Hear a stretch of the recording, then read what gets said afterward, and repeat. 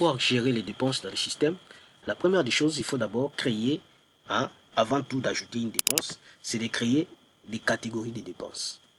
Donc ici, on peut avoir plusieurs catégories de dépenses, comme ici, on a les charges de fonctionnement, charges de personnel, générateur, on a Internet, on a per diem, on a Snell.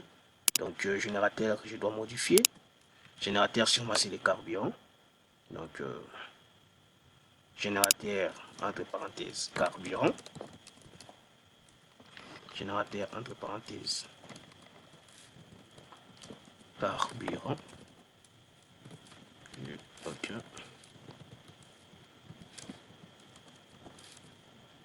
Puis je mets à jour. Après avoir configuré les catégories de dépenses, on va ajouter une dépense. Par exemple, il y avait une dépense des générateurs. Ok? On choisit d'abord les lieux où la dépense a été effectuée.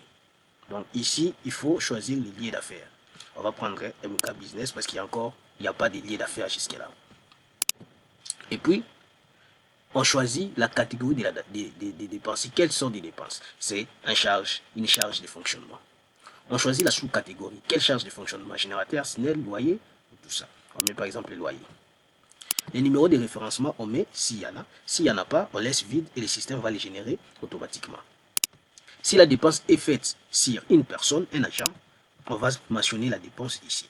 Mais si la dépense n'est pas faite sur un agent, donc on laisse. Frais de contact.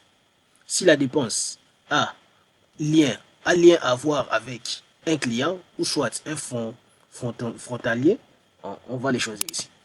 Donc, si la dépense a un soubassement physique, par exemple un reçu, par exemple une facture, on doit les joindre ici. En cliquant, ça vous donne la possibilité de joindre la dépense. Comme là, je peux joindre la dépense. S'il y a une taxe sur la dépense, on met. Là, il n'y en a pas. Ici, on applique le montant de la dépense. On fait une dépense pour 25 $. Et puis, on met une note de la dépense. On dit paiement, loyer pour les mois de mars. Loyer. Est-il remboursé? Est-il remboursé si les dépenses seront remboursées et seront ajoutées au bénéfice net? C'est-à-dire, si la dépense sera une fois remboursée. Par exemple, vous donnez 10 $ à un agent et que cet agent doit ramener peut-être après des jours, rembourser les 10 $. Là, on doit cliquer rembourser si la dépense a été remboursée. Comme ici, la dépense ne sera jamais remboursée ou n'est pas remboursée, c'est un loyer, une dépense qui est une sortie dans la caisse.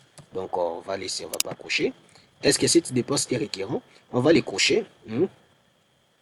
À chaque intervalle, cette dépense, par exemple, c'est un loyer. Si on coche, on met par exemple 30 jours. Cette dépense va commencer à se générer automatiquement chaque 30 jours. Si vous mettez 1, la dépense va commencer à se générer chaque 1 jour. Ici, on met le nombre de répétitions. Par exemple, si on avait mis 36 jours et que nous sommes au courant de l'année 2024, nous sommes en février. Donc, on va prendre 11 répétitions pour faire comme 11 mois. Parce que nous sommes en février. Alors là, on ne va pas mettre récurrent.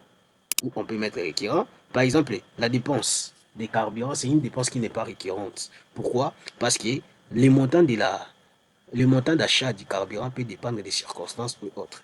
Pendant que celui du loyer, la dépense est fixe. Alors, ici, on signale si la dépense a été payée ou pas. Alors, on va faire exprès, on ne va pas payer cette dépense. Donc, au fond, ça va nous dire que nous avons une dette de... Donc, comme c'est en francs, on ne va pas mettre 25, c'est en francs. 20, on va mettre par exemple 50 000 ou ça 50 000 francs comme dépense. Et là, montant dit c'est ça. Si on décide de les payer directement, on aura ça comme dette. Donc, on aura ça comme dette, ce qui est 0 francs. Mais si on dit qu'on ne va pas les payer maintenant, on aura 150 000 francs comme dette, c'est-à-dire le montant n'a jamais été payé. On sauvegarde. Après avoir sauvegardé, si nous allons dans la liste des dépenses,